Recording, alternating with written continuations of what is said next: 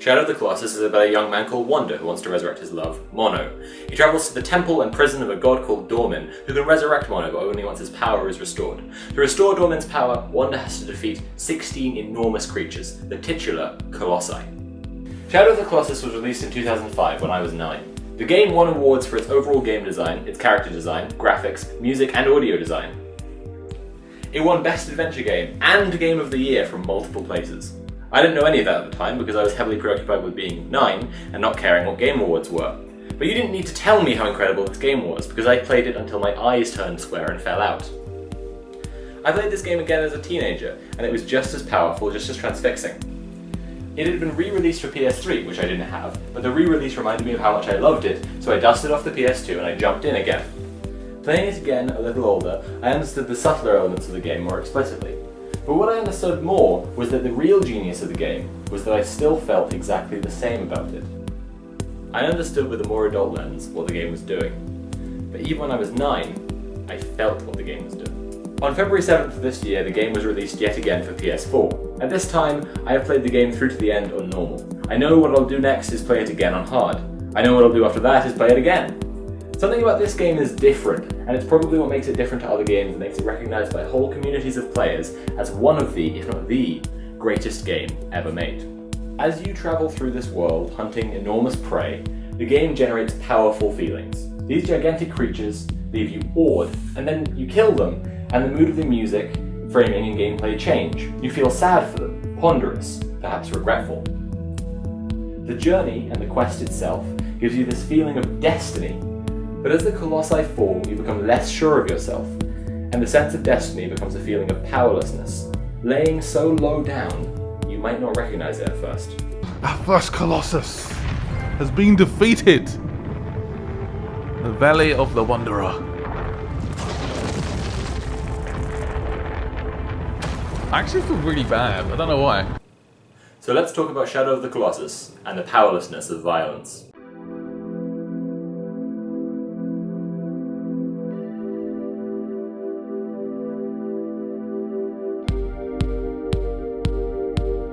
As I see it, Shadow of the Colossus presents two themes regarding violence. One is about violence in video games, and the other is about violence in a wider sense. It might be fairer to call this one theme with two sides, but I'm going to be looking at these ideas with those two frames of reference. Shadow of the Colossus shows violence in video games as something that limits the storytelling ability of the game, and violence in general as the moral failing of free will. When violence happens in the game, it highlights Wanda's lack of choices, and it always happens between the characters with the least agency.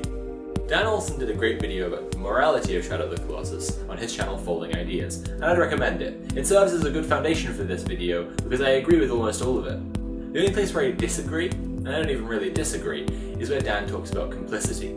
He says that the player's participation is not in complicity, but in reenactment. And the player ultimately inhabits the role of Wanda in the same way that the actor becomes Macbeth, without assuming the guilt for Duncan's murder. I would say that while this is true, the distancing serves a second purpose, which is to completely remove Wanda's agency. The character of Wanda is just separate enough from the player to be another entity, while also not being far enough away to have any agency or decision-making power at all. The only other characters with as few choices as Wanda are the Colossi, which just exist, perhaps move around in their designated area, and then are slain. In fact, of all the characters in the game, except maybe Mono, who spends 90% of the game literally dead, Wanda and the Colossi have the least agency of all. Dormin is hatching an evil plot, Lord Demon is large and in charge. Even Aggro, Wanda's horse, has a mind of its own. When you get on the horse, you don't become a man-horse unit like you do in other games. You're controlling Wanda, who's controlling the reins. If you try to ride too close to a cliff, a steep edge, even apparently a small tree, just go around, you maniac! Go around! Aggro will refuse and resist you. The only time that Wanda refuses you is if you're going to make him jump off a cliff. And you can still make him do it. When you fight the Colossi, you aren't locked into the arena by a door that opens when they die. Instead, you have to get their attention and fight them and kill them, and you technically have the option to leave any time. In this, the game is showing that during a conflict, both parties are powerless, counter to the common conception that the victim is powerless, but the assailant has total free will. This ties back to the general theme that violence is a moral failing of free will. I'm so sorry.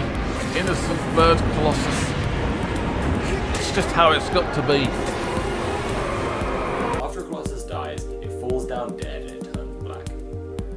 The first time you killed the first Colossus, what you probably did at this point was either start to walk back to the temple, or stay and look at the body. And whatever you do, the tendrils of Dorman's power come out of the corpse and seek Wanda out. The order goes cutscene, free play, cutscene. And whatever you do during the free play, Wanda gets captured, and that's because he's already doomed. And he's doomed because he already killed the Colossus. At the end of the game, when Lord Amon's men arrive, Wanda is in a really bad way. The dark power of Dorman's energy has taken his body completely, and he is deteriorating rapidly. At this point, Wanda is a husk, controlled by Dorman, his free will now completely lost. He is killed by Amon's men, and Dorman's darkness pours out of him, surrounding him and transforming him into a Colossus. Or even the shadow of the Colossus.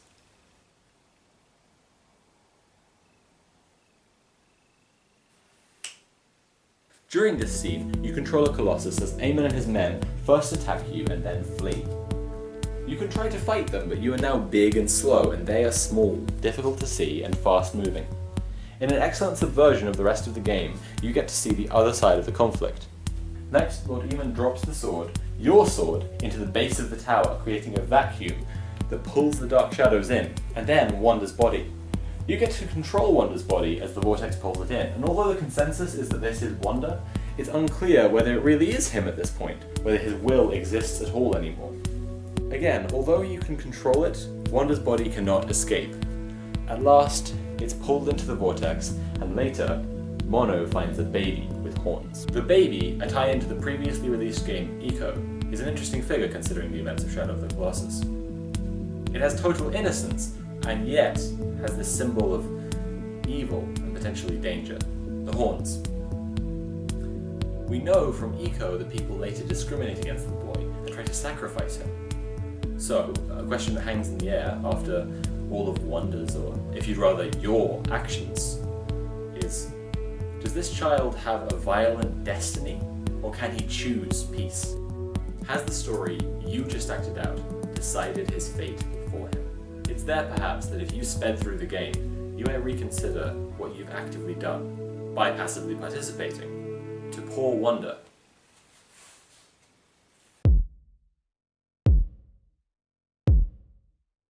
Violence in video games has been a hot topic for concerned parents for decades now.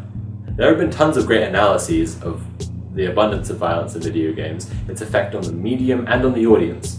But if you want to see that why there's so much of it, you have to consider that video games are the youngest art form, and compare and contrast them with other kinds of media. There are two forces at play here. One is maturity of the medium, and the other is commerce, or capitalism. The effect of maturity is that as a medium gets older, people figure out how to make more complex ideas and communicate them through that medium, and also become more confident that their audience is smart enough to understand them. Generally speaking, commercializing media has the opposite effect. Commerce drives media to appeal to as many people as possible, and so to abandon more complex, more controversial ideas. This is what people mean when they talk about the lowest common denominator. Video games are one of the youngest media, and at the same time, very commercial. This means that when it comes to complex ideas, they usually end up a little undersupplied, and historically have been looked down upon by art critics. However, as they get more mature and also more independent, the art world has been accepting them more and more. So why does violence mean appealing to the lowest common denominator? Well, conflict is generally considered the foundation of storytelling, and violence is an abstraction of conflict. So it generally follows that if you want to appeal to as many people as possible, you should simplify your game down to a singular conflict. Us or them. My Marowak or Gary's Venusaur. Blaskovich or the Nazis. Wanda or the Colossi. What Shadow of the Colossus does by creating a big, beautiful open world to explore, with technically infinite choice, but really no interactions except for the predefined conflict, is show the player that the world could be bigger, contain more, but it doesn't, because of violence. That's theme number one again. Violence is limiting video games' ability to tell stories.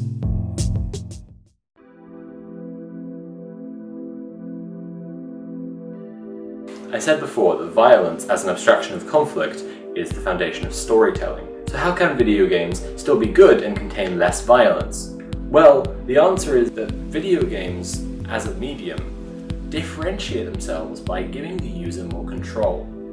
That makes them inherently more experiential than other media. Looking at some of the most popular games ever made, you see examples of game mechanics other than combat, mechanics that don't revolve around conflict or storytelling. One of the most popular puzzle-solving games that continues to thrive today is Legend of Zelda, a clear aesthetic influence on Shadow of the Colossus. Other games such as Pokemon use collecting as a secondary mechanic.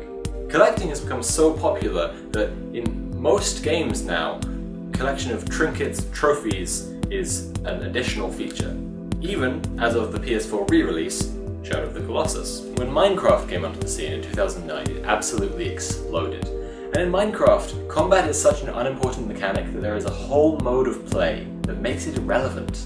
Perhaps above all else, exploration is a part of games that absolutely enthralls people.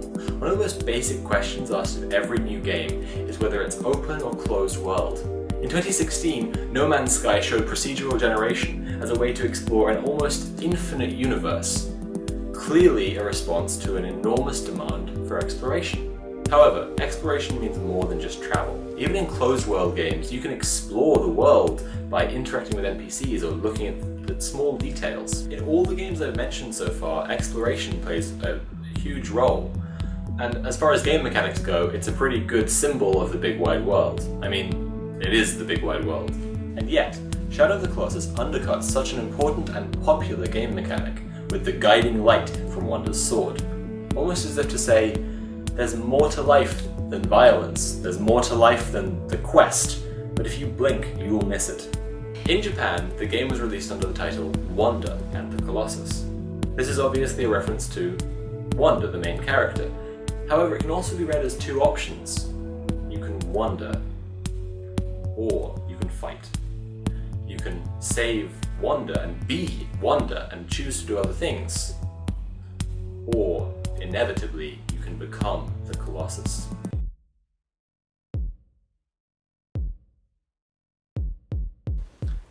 I'll talk about Wolfenstein 2, The New Colossus, in another essay, but here I wanted to focus on a comparison between the violence in Shadow of the Colossus and the violence in Wolfenstein. While Shadow of the Colossus shows violence as pretty straightforwardly sad, you're killing these big beautiful beasts that haven't really done anything to you, Wolfenstein has more of a conflicted take on it.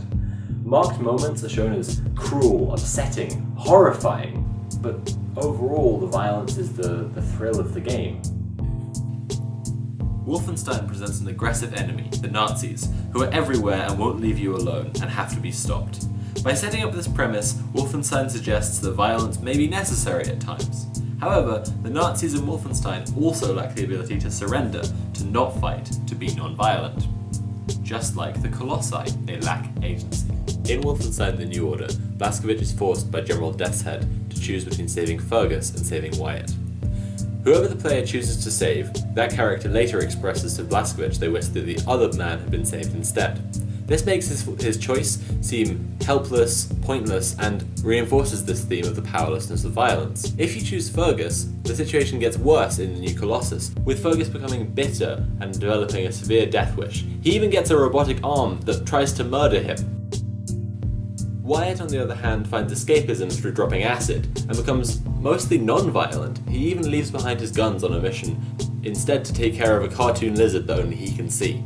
This moment of having to choose between your two friends sticks with you through the whole of The New Order and The New Colossus, having enormous impact on the plot and the characters. In a similar echoing moment in New Colossus, Blazkowicz, Caroline, and whichever of Fergus or Wyatt you chose to save are held captive by Frau Engels.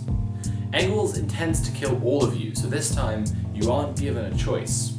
However, Engels' daughter, Sigrun, is. Because after Caroline is executed, Engels insists that Sigrun should execute Fergus/Wyatt. Sigrun refuses, and then Engels goes over her head to do it anyway. This brings us to the cleverest scene in New Colossus.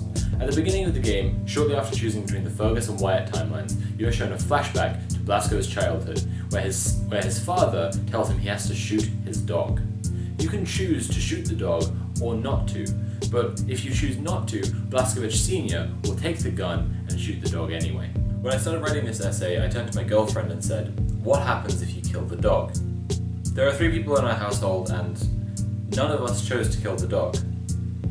Next, I went online to research it. I found full forum pages of people who were all asking the same question, none of whom had killed the dog.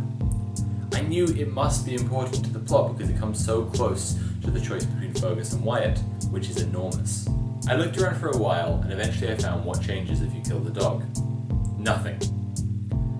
The plot doesn't move an inch if you choose to kill the dog, but something else changes entirely, and that's the relationship between the player and the game. If you choose to kill the dog, Blazkowicz doesn't change as a character, nothing different happens to him, but you experience the game differently, because you can't relate to Sigrun when she chooses not to be violent, and her parent overturns that decision. You see, if you choose to kill the dog, then in the scene shortly afterwards, when Sigrun chooses not to be violent, and her parent overrules her, taking away her agency, you can't relate. Blazkowicz doesn't change if you choose to shoot the dog, but the way you experience the game does.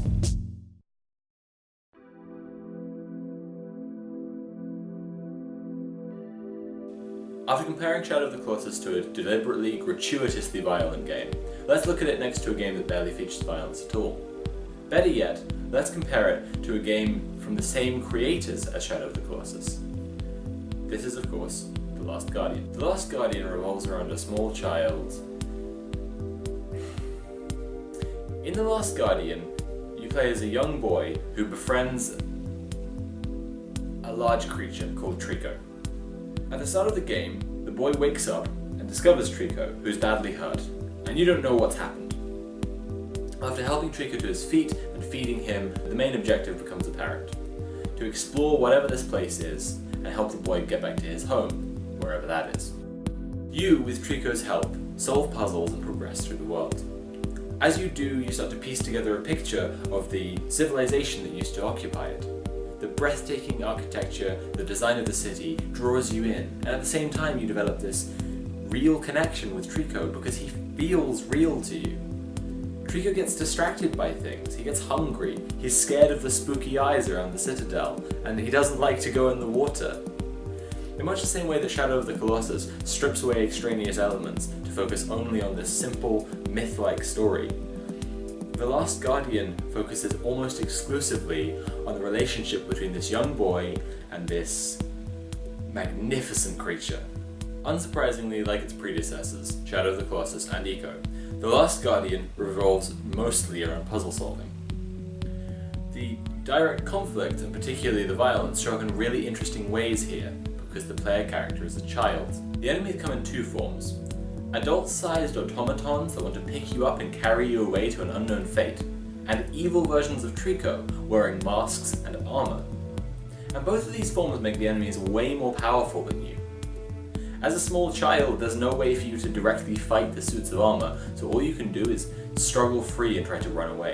And when the main evil Trico chases you, it bats you around like a mouse or a ball of string, and you are totally helpless. Because of all this, the direct conflict in the story doesn't feel like plot progression. In other games, beating enemies means the plot is moving forward.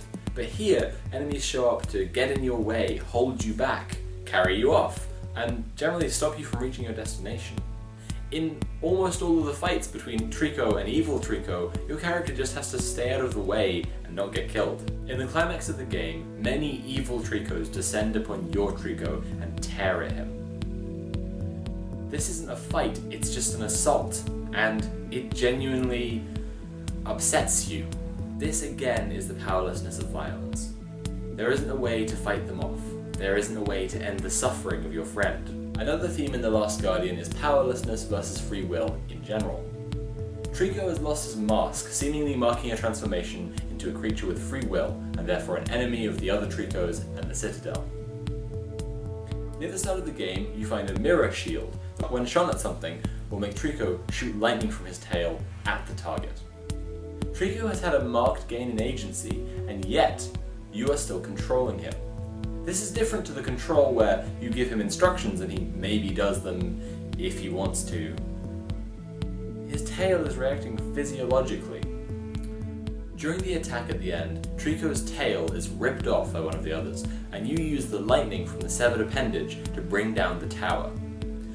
doing this frees the other Tricos from their servitude, also knocking them out, and at the same time saves your Trico. However, symbolically, it also maps the change for Trico from a creature that has free will, but is still a remote-controlled weapon, to something with total power of choice.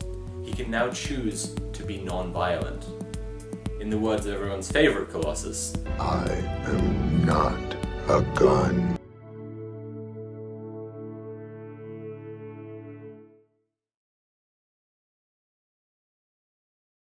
In conclusion, Shadow of the Colossus is an excellent demonstration of the powerlessness of violence, a theme you can see across many different genres. I say deliberately that it's a demonstration rather than that it is the intention of the game to demonstrate this. I personally think that Fumito Ueda has these ideas to do with mythology, conflict, and storytelling that he wants to communicate, but I could be mistaken. However, I think it's telling, or at least interesting, that Ueda has said he wants his next project to be a first-person shooter. Whether that message was the intention of the author or not, it can be read so clearly because it is good writing. And it's good writing because it reflects a truth that we can see is there. When one game changed from having the person who is violent being in control to showing violence as scary inherently because there is an intrinsic lack of choice engendered by it, other content creators saw that and included it in their own works because they knew it was real and good. The creator of a piece doesn't have to have intended a message for it to be there. If the text is well made and the idea is true, it will be demonstrable from the text anyway. You might actually be thinking there are better examples I could have picked to demonstrate this message. You might say that I could have talked about Fallout or GTA or Bioshock. I might respond that Bioshock, for example, contains better messages.